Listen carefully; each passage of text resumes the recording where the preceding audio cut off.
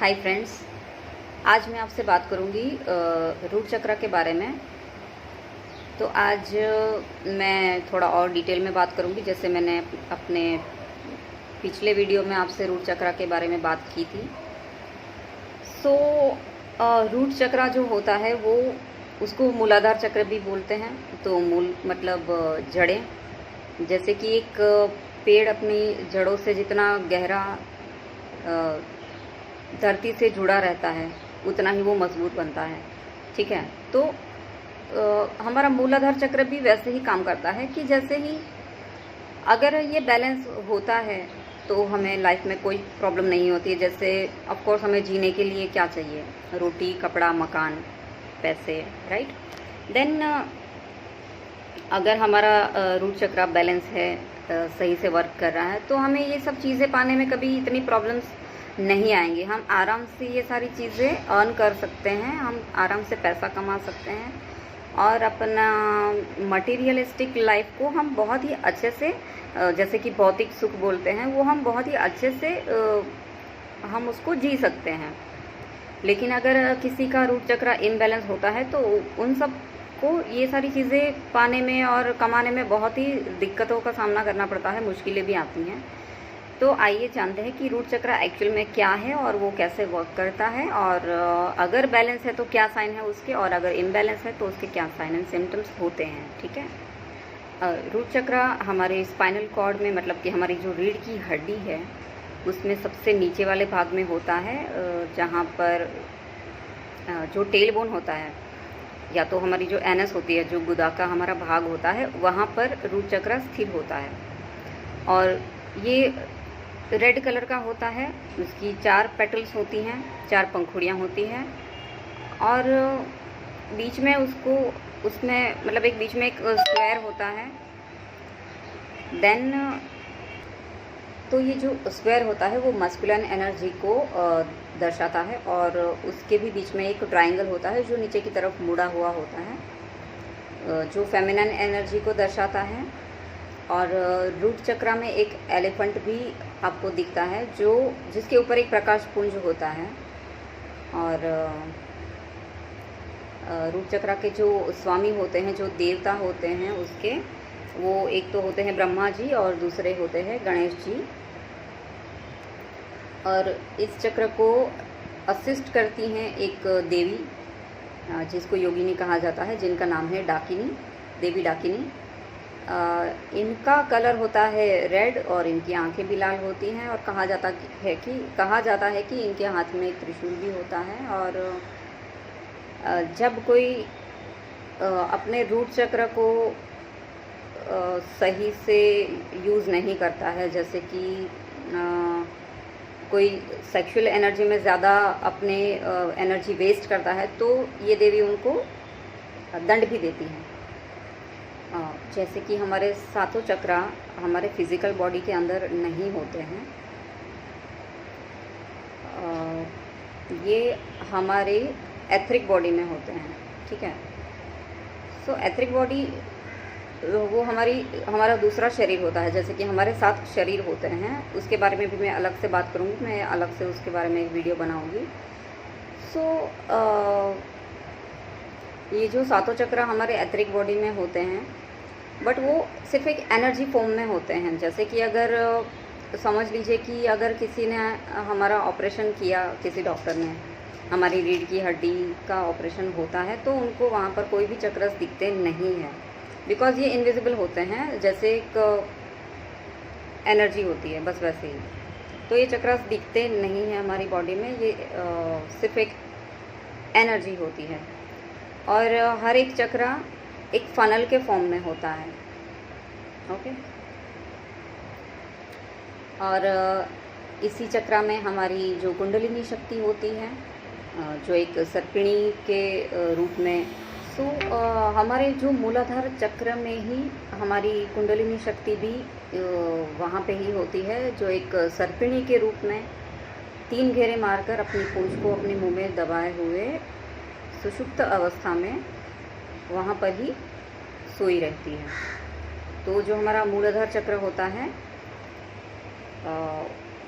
उसके कौन कौन सी ऐसी एनर्जी है जिससे हम पता कर सकते हैं कि वो इम्बैलेंस है। ठीक है, तो सबसे पहले तो आता है डर, फियर की एनर्जी। दूसरा आता है anger. Third one is grief की एनर्जी, गिल्ट की एनर्जी। जैसे कि अगर आपने कोई छोटी सी भी गलती कर दी तो आप हमेशा सालों तक उस गलती के बारे में पछतावा करते रहते हो और आप खुद को ही इतना दोषी मानते रहते हो, विक्टिम, अपने आप को इतना विक्टिम समझने लगते हो कि जैसे आप सबसे बड़े दोषी हैं, अपराधी हैं। मतलब छोटी सी गलती में भी जब आप अपने आप को इतना गिल्ट फील कराते हो तो आपका मूलाधार चक्र इम्बैलेंस होता है, इसलिए आपको ऐसी चीज़ें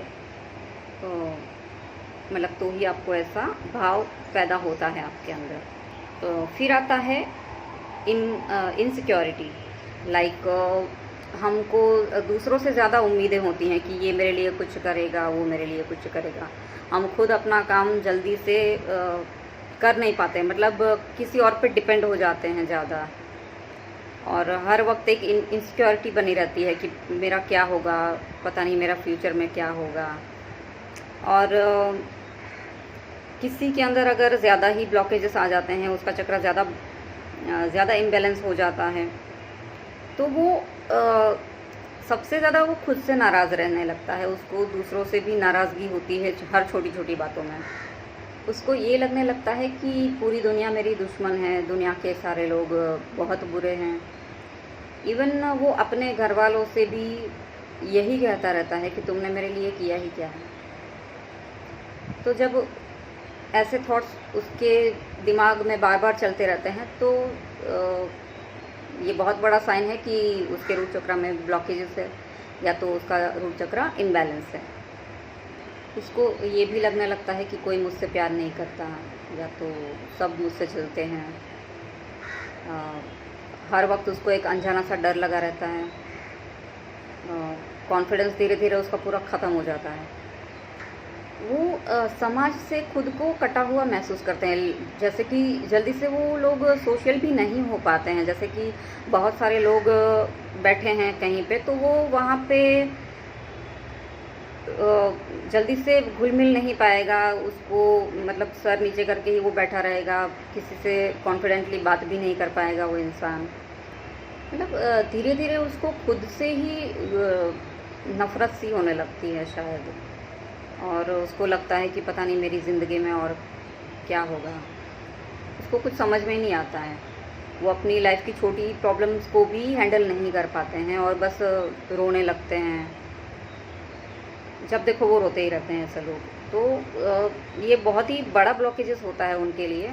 तो सबसे बड़ा दवा उनके लिए यही है कि उनको नेचर से कनेक्ट होना है।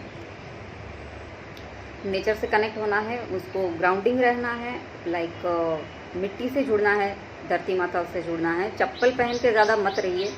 अगर आप जैसे किसी को आदत होती है कि वो लोग घर में भी चप्पल पहन के ही घूमते हैं, तो अगर आपके रूट चक्र में इतने ब्लॉकेजेस हैं, आपका रूट चक्र इम्बैलेंस है, तो आप हो सके उतना नंगे पैर चलिए, मिट्टी पर चलिए, और मटके का पानी पीना है आपको। देन आप डांसिंग कर सकते हैं, आप योगा कर सकते हैं, आप रनिंग एक्सरसाइज कर सकते हैं। तो जो भी फिज़िकल एक्सरसाइज है ये आपको ज़्यादा करनी है जब आपका रूट चक्र इम्बैलेंस होता है। और देखते हैं कि अगर किसी का रूट चक्र बैलेंस होता है तो उसके साइन क्या क्या होते हैं। जिसका रूट चक्र बैलेंस होता है वो अपने गुस्से पर भी बहुत आसानी से कंट्रोल कर सकता है। सेकंड, वो अपना टाइम और अपनी ऊर्जा, अपनी एनर्जी, अपना समय, पैसा सब सही चीज़ों में इन्वेस्ट कर सकता है वो इंसान। ठीक है, वो फालतू की चीज़ों में अपना टाइम वेस्ट नहीं करेगा वो जल्दी से। इवन अपना बिजनेस भी वो बहुत ही अच्छे से हैंडल कर सकता है, लोगों को भी वो काफ़ी अच्छे से हैंडल कर सकता है। जल्दी से रोता धोता नहीं है। पहले तो अगर उसके सामने कोई मुसीबत आ जाती है, उसके लाइफ में कोई प्रॉब्लम परेशानी आ भी जाती है, तो हे भगवान ये मेरे साथ क्या हो गया, अभी पता नहीं क्या होगा, ऐसे करके वो सर पे हाथ रख के रोते नहीं बैठता है। वो जहाँ पर लेट गो करने की ज़रूरत है वहाँ पे वो लेट गो भी करता है। वो ये भी समझ के बात को छोड़ देता है, जाने देता है कि होगा या मेरा कुछ कर्मा होगा, ठीक है जाने दो, लेट गो। लेकिन जिसका इम्बैलेंस होता है तो वो उसी बात को लेकर बार बार अपने दिमाग में उसके थॉट्स चलते ही रहते हैं, नेगेटिव थॉट्स उसके बढ़ जाते हैं, वो जल्दी से उस बातों को भूल नहीं पाता है। तो ये सारे साइन एंड सिम्टम्स होते हैं इम्बैलेंस और बैलेंस होने के। तो आप देखिए आपके रूट चक्रा में क्या क्या प्रॉब्लम है। अगर बैलेंस करने की ज़रूरत है तो आपके रूट चक्र को बैलेंस कीजिए। अगर मेरा वीडियो अच्छा लगा है, मेरी इन्फॉर्मेशन अच्छी लगी है तो मेरे वीडियो को लाइक कीजिए, चैनल को सब्सक्राइब करना ना भूलें ताकि आपको आने वाले सारे वीडियो के नोटिफिकेशंस मिलते रहेंगे। मिलती हूँ मैं आपको मेरे अगले वीडियो में, तब तक के लिए